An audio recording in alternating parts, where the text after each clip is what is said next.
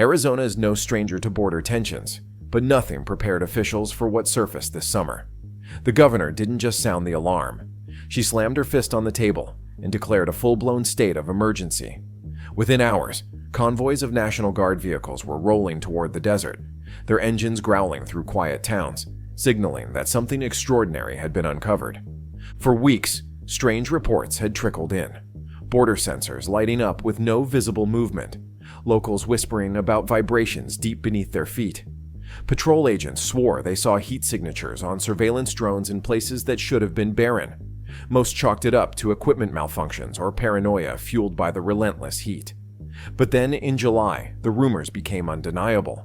What authorities found was so unprecedented, so chilling, that they had no choice but to slam shut a major stretch of the Arizona border. Roads that normally buzzed with trade and travelers went silent in an instant. Checkpoints were barricaded, helicopters scoured the skies. What had once been a bustling gateway into the United States suddenly resembled a fortress under siege.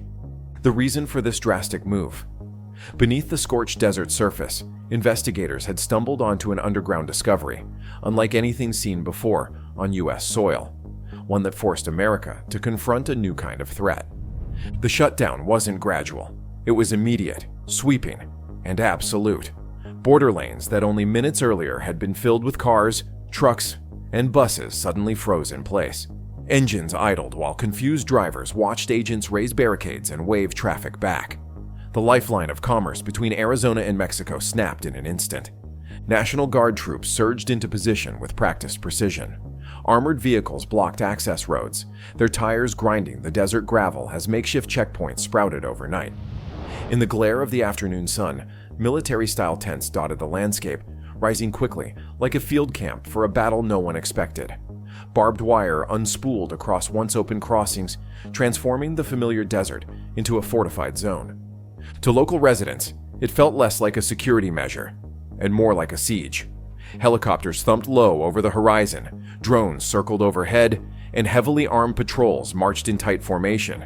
Even seasoned border agents admitted privately they had never seen a response this aggressive, this urgent. Officials offered little explanation, only confirming that a critical discovery had forced them to act. The message was clear. Whatever lay beneath the sand was serious enough to grind an international crossing to a halt. Whispers spread through nearby towns. Was it drugs, weapons, or something worse?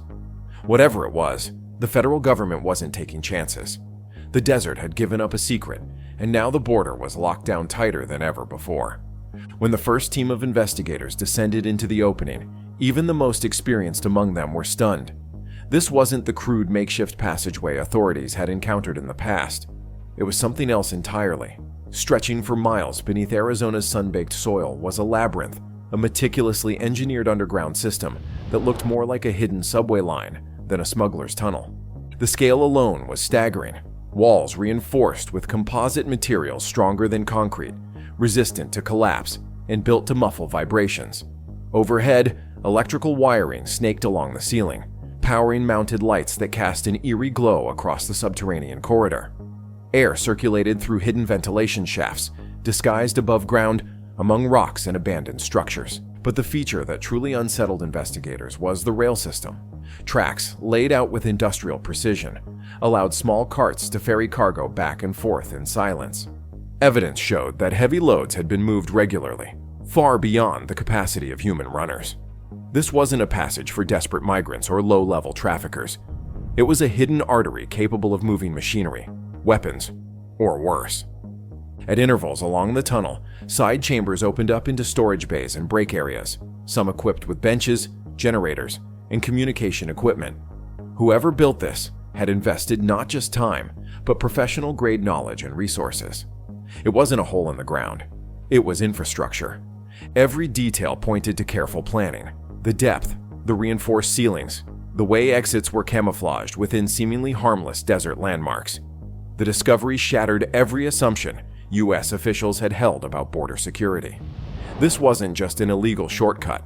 It was a statement of power, precision, and intent. The tunnel didn't reveal itself by accident. Its exposure was the result of a rare alignment of suspicion, technology, and persistence. Weeks before the shutdown, Satellite analysts noticed subtle changes in the terrain near Nogales, Arizona. Tiny shifts in soil composition, faint depressions where the desert floor had once been flat. On their own, these anomalies seemed insignificant, but when paired with unusual heat signatures picked up by drones, they became impossible to ignore. Ground sensors designed to detect seismic vibrations had also been triggering sporadically, sometimes in the dead of night, with no visible cause. At first, these alerts were dismissed as malfunctions, faulty equipment reacting to wildlife or weather. Yet as the patterns persisted, a coalition of federal and state agencies launched a deeper probe. Specialized teams deployed ground-penetrating radar and robotic drills capable of scanning beneath the surface. What they uncovered confirmed everyone's worst fears. Hollow cavities stretched far longer than any natural cave system in the area. The readings suggested not just one passage, but an entire network. When investigators finally breached the entry point, their suspicions solidified into shock. The tunnel wasn't an improvised escape route. It was a calculated, engineered structure with capabilities that rivaled military design. Every step deeper into the earth peeled back a layer of silence. The realization that this system had operated undetected for months, perhaps years. The discovery was chilling, but more terrifying was the question it raised.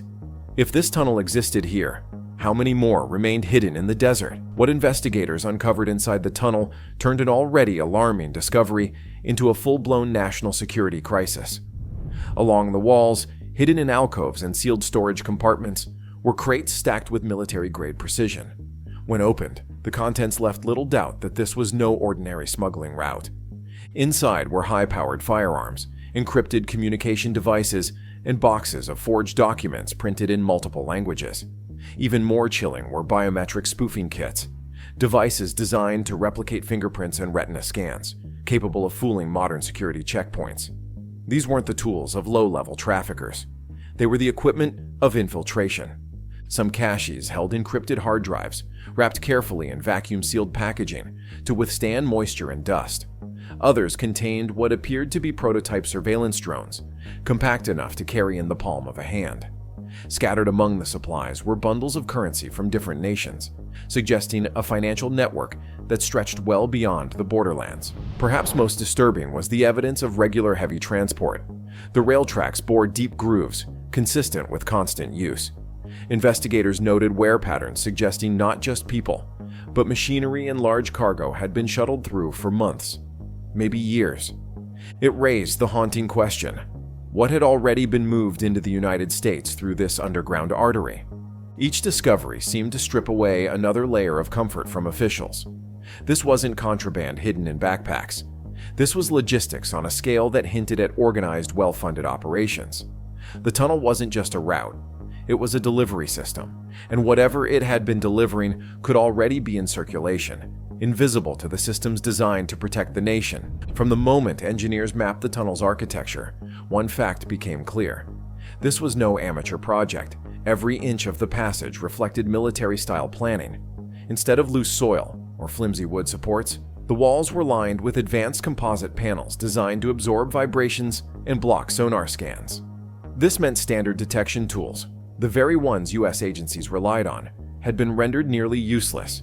Camouflaged exits revealed just how calculated the construction was. Some opened into abandoned warehouses, their trapdoors hidden beneath piles of scrap. Others blended seamlessly into natural rock formations or dried riverbeds, invisible to casual observation. To border authorities, the exits looked ordinary. To those in the know, they were hidden gateways. The floor was equally unsettling. Sections of it had been built with pressure-sensitive tiling to reduce heat signatures from human movement. Overhead, ventilation shafts disguised as desert brush funneled fresh air into the depths, ensuring the system could remain functional for long stretches without detection. But perhaps the greatest threat wasn't physical. It was psychological. For decades, U.S. border security had focused on visible deterrence: fences, patrol vehicles, drones, and floodlights. This tunnel mocked those defenses. It operated silently, invisibly, beneath the very ground those measures were built on. Officials realized they were facing a new kind of enemy, one that didn't challenge the border with brute force, but with patience, science, and precision. A reminder that the battlefield of modern security wasn't only above ground, it was everywhere, including underfoot. The discovery forced a chilling conclusion. America's defenses had been outsmarted not with firepower, but with foresight. And if this was only one tunnel, how many others were already snaking silently below the desert? The shutdown's ripple effects hit Arizona like a sandstorm. Within hours, trade routes that funneled billions of dollars in goods each year were paralyzed. Trucks sat bumper to bumper in the desert heat, engines sputtering while drivers waited for news that never came. Local businesses, many of them dependent on daily cross-border traffic, braced for economic shockwaves they could already feel. Residents in border towns described scenes that felt less like everyday America and more like a militarized zone. Streets echoed with the hum of helicopters circling overhead. Drones buzzed like mechanical insects, scanning every inch of desert. National Guard units patrolled on foot, their silhouettes cutting stark lines against the scorching horizon. For civilians, it was disorienting. One day, the border was a busy lifeline of commerce and culture. The next, it was sealed off by barbed wire and barricades. Parents worried about food shortages as trucks carrying produce were turned back. Business owners feared they might never recover if closures dragged on. Meanwhile, the psychological toll was harder to measure. Residents whispered about the tunnel, about what might have already moved through it, and whether more secret passages still lurked beneath their feet. To them, the discovery wasn't just about national security. It was personal. Their communities had become the front line of an invisible war, one they never asked to fight. The discovery in Arizona didn't stay a local issue for long. Within hours, the crisis landed on desks in Washington. Emergency briefings were called in secure chambers, with intelligence chiefs, homeland security officials, and military advisors all struggling to answer the same question. How did something of this magnitude slip past every layer of U.S. surveillance? The federal response was swift. Congress demanded a reallocation of resources toward subterranean detection, an area long considered secondary compared to drones and fencing. The Department of Defense reached out to geologists, mining engineers, and even private sector tunneling experts, acknowledging that this was no longer just a border patrol problem. It was a national defense priority. Other states with southern borders scrambled to assess their own vulnerabilities. Texas, New Mexico, and California all initiated rapid reviews of suspicious terrain, deploying ground-penetrating sensors and ordering round-the-clock aerial surveillance. The fear was obvious. If Arizona had one tunnel of this scale, the odds were high that others already existed elsewhere, waiting to be exposed. At the same time, new protocols were drafted. Intelligence units began monitoring unusual imports of construction materials, industrial-grade tools, and composite linings. Financial investigators tracked cryptocurrency wallets suspected of funding black market logistics. What had once been considered cartel-level tactics now looked alarmingly close to state-sponsored operations. The federal government framed the shutdown not just as a containment measure, but as a wake-up call. America had been defending its borders in two dimensions, while adversaries had shifted into a third. The implications went beyond Arizona. The nation's entire security strategy would have to evolve, or risk being outpaced by enemies who had already gone underground. As details leaked about the tunnel, the world took notice. Allies in Europe and Asia pressed Washington for answers, worried that such covert engineering could appear under their own borders. If Arizona's desert could conceal a 6-mile passage, what was stopping similar operations beneath the Alps, the Andes, or the Middle East? Speculation swirled about who was behind it. Some pointed to powerful cartels with nearly limitless resources. Others whispered about foreign intelligence agencies, testing America's blind spots before deploying the same tactics abroad. The sophistication, composite walls, custom rail systems, encrypted communication nodes suggested something far larger than a local smuggling ring. What unsettled officials most was the silence. No chatter intercepted, no leaks, no paper trail. Whoever built this had done so with surgical secrecy. That left one terrifying reality. The tunnel may have been just one artery in a much larger hidden network. For now, the border remained sealed, the investigation ongoing, but the unanswered questions hung heavier than the desert heat. Was this tunnel meant for smuggling, espionage, or something even darker?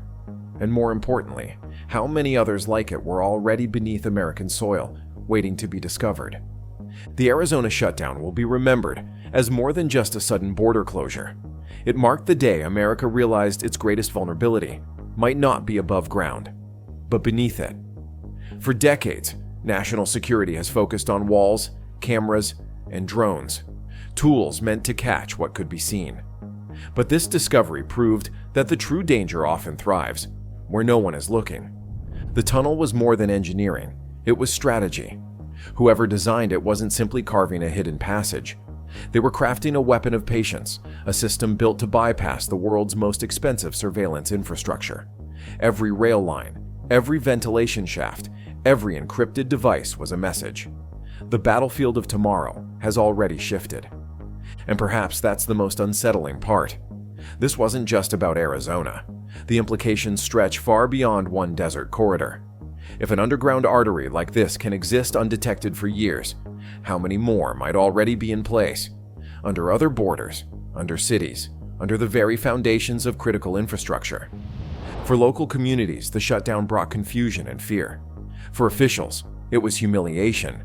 And for the nation, it was a reminder that security isn't static. Enemies adapt, threats evolve. What once seemed impossible is now reality.